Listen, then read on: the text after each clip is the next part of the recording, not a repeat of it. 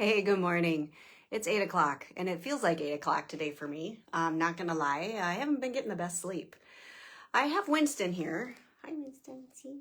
He is my daughter's puppy, and we've been babysitting him for a week. It's been very entertaining. Our dogs now get along. We have an older dog named Ramsey. If you guys don't know, he's amazing and wonderful. He's a golden, just like Winston here.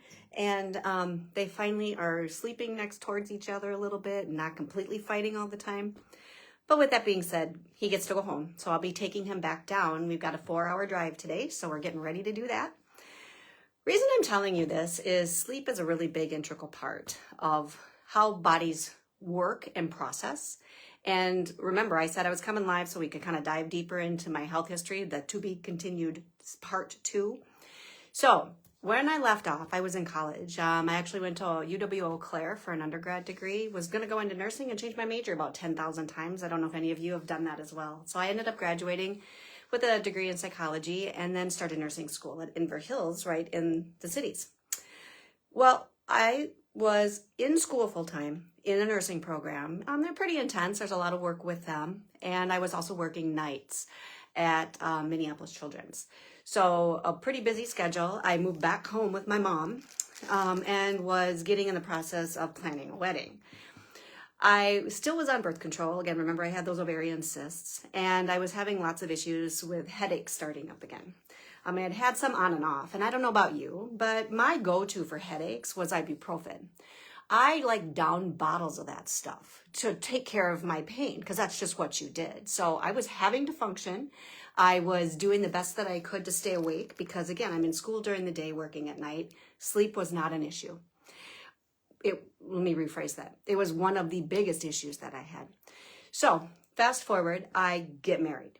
At that time, my husband and I moved into an apartment, and I was doing the same thing. I had 2 years in this program, working nights, while I was also continuing to go to school during the day. At that time, again, we're kind of on huge budget, most of the time during college, as well as this early phase of marriage life. Again, we were doing everything we could to try to make ends meet. And so my diet, okay, bye, you can go.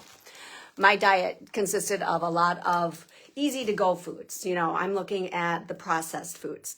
Anything that I could put in a box. Lean cuisines were a big thing because I thought they were healthy. Super easy. I could nuke it in a microwave. A lot of noodle products. I was notorious for coming up with really gross, disgusting types of things with noodles and maybe hot dogs or something like that, just to get food in. Because again, at that time, we were living on a shoestring budget.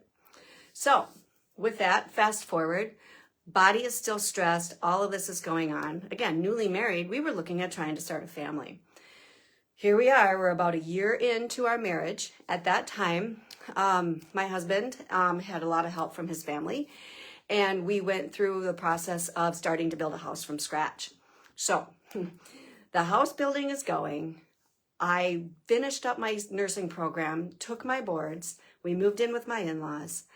I'm still working nights, rolling into a new job position. So all of this is a super high stress. And we decided that we were going to be gracious enough, and thank you to our in-laws for allowing us to stay there while our house was being built. Emotional stress was huge. What was going on physically in my life too at that time, those headaches were really bad. I was seeking out the help of anybody that could help me. And remember, I had jaw surgery back when I was 20. And so some of this could be related to that. So I was seeing a TMJ specialist who at that time said you need physical therapy. So I was working on physical therapy to try to help the jaw. And again, mouth guards, trying anything I could to try to get through these headaches. So here we are. We finally get into this place where we're getting all of these things happening. I find out I'm pregnant. What happens then? Life started to change a little bit differently. So in the idea of time, we're going to keep this short and sweet. We'll continue the story later on with what happens when you're pregnant, and then some of the things that went on in that immediate period after. So I'm going to get ready to take Winston back home. You guys need anything, go ahead, reach out. You can easily go ahead and contact me through the website. I've got email on there. You can contact me through the cell.